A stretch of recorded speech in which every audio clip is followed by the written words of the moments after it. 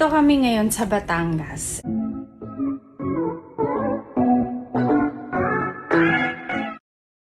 Pinakamagandang regalo ngayong birthday ni Kay Abad ang paggaling niya sa cancer.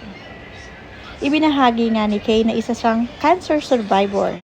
Isang nakakaantig at matapang na pahayag ang ibinahagi ni Kay Abad. Inamin niya na sa publiko na matagumpay niyang nalabanan ang breast cancer. Isang matinding pagsubok na dinanas niya ng palihim at hindi agad nalaman ng karamihan. Kasama niya sa laban na ito ang kanyang asawang si Paul J. Castillo. Panoorin at kung hindi pa nakasubscribe, don't forget to click subscribe and hit the notification bell to keep you updated.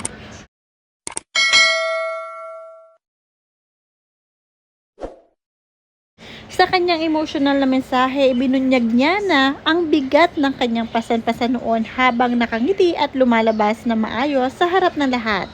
To my family, my friends, my viewers, my supporters, I didn't pretend I wasn't sick. I just pretended to be well. Ngayon nga ay maayos siya nakapag-celebrate ng kanyang birthday at ika-44 na nga niya at isinorpresa siya ng ilan sa malalapit na kaibigan niya. Super thankful and blessed dahil hindi talaga siya pinabayaan ng Lord.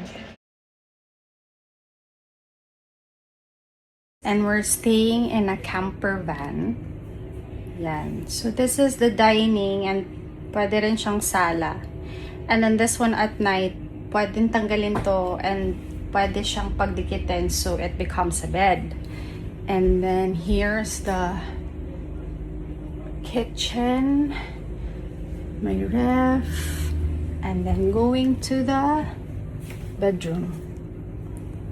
King size bed, my TV, my shower area, and toilet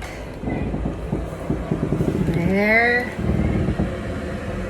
And then this is what it looks like outside. When you open, it's beachfront. Yan.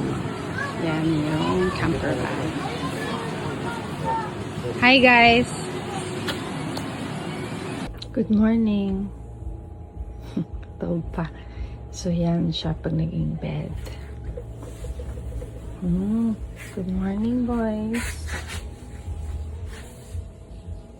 Ngayong cancer-free na itong si Kay Abad ay unti-unti na bumabalik ang kanyang normal life at syempre mas nagiging mas malapit siya sa kanyang pamilya at pinahahalagahan niya ang bawat oras. Mahal na mahal niya ang kanyang mami kaya hindi niya rin agad na sinabi na nagkaroon siya ng cancer dahil ayaw niya itong mag-alala. Lunch at Mama Cecil's house. Happy birthday! 6'7". Michael! Hi! Look! Wow! Lunch in Cavite. In Cavite. Yum yum. Hipon. Garlic sauce. Mangga. That's why I like it here. May tagaluto. Hindi ako ang nagluto. Si Mama Cecil. Thank you, Mama Cecil. Yes, welcome! Mama Cecil. Napakadilim at napakasakit isipin. Kahit hirap na at may dinadalang matinding karamdaman, pinili pa rin niyang maging matatag, masayahin at malakas para sa kanyang pamilya. Mga kaibigan at mga tagahanga, ang bawat ngiti at lakas na ipinakita niya noon ay pagtatakip lamang sa tunay na hirap at sakit na kanyang nararamdaman. Dahil sa kanyang katapangan at dedikasyon, labis na naantig, humanga at naluha ang maraming netizens. Isang patunay na malakas ang loob at pagmamahal ni Kay para sa mga taong mahal niya. Ngayong ligtas na siya at tagumpay na ang kanyang laban, mas lalo siyang itinuturing na inspirasyon at bayani ng marami. Marami nga rin ang nagpadala ng komento para kay Kay Abad mula sa tagahanga niya, "Yes, God is good. I am also a breast cancer survivor at age 42, was diagnosed of CA stage 3 and now I am 69. Thanks be to God." At mula pa sa isang tagahanga, nakaka-proud, nakakaiyak, pero sa mga taong walang pera talaga, sobrang hirap. Napakahirap nang wala ka talagang pera pag nagkasakit ka. Totoo yan. Kaya mo yan Kay, magtiwala ka lang kay Lord at manalig ng lubos kay Ang Mama Mary. ng mga bata, kalami, galunggong. Sobrang gamay. It's very small. Ulo. Lamig tayo ang ulo. Crunchy. Okay. Bilang grabe siya kagamay, we have to make sure na wala'y tinik. Or else, patay takang sir. Okay. Paborito nila to, galunggong. And tinolang pampano. Utan Bisaya. Bisayang manok. Yan ang mga paborito nila.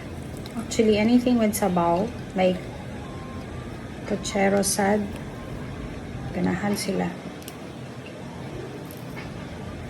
Okay. Make sure walay tinik.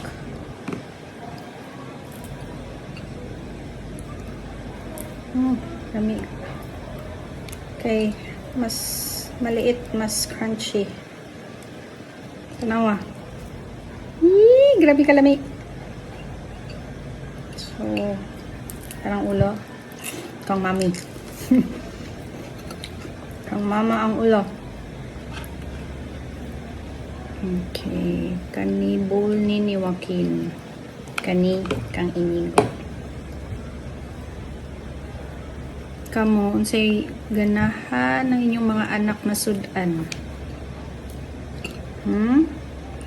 Yeah, my kids, dili na ko sila gianad na kanang mag-request what they like. Well, panagsa, of course, but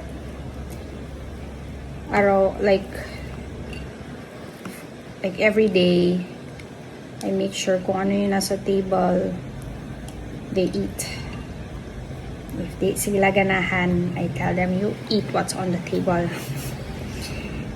Kay hindi ko ganahan na maanad sila na I don't like this, I want this. Nya. Sa to. Unsa ko? Restaurant. Na maka-request kag sudan. But yeah, sometimes of course, siguro mga once a week, twice a week, I ask them, what do you want for dinner? Ana ra. But yeah, again, dili pwede maanad na whatever they like. Mag-request diri. Kay dili ko restaurant, guys. So, sige. Yun lang.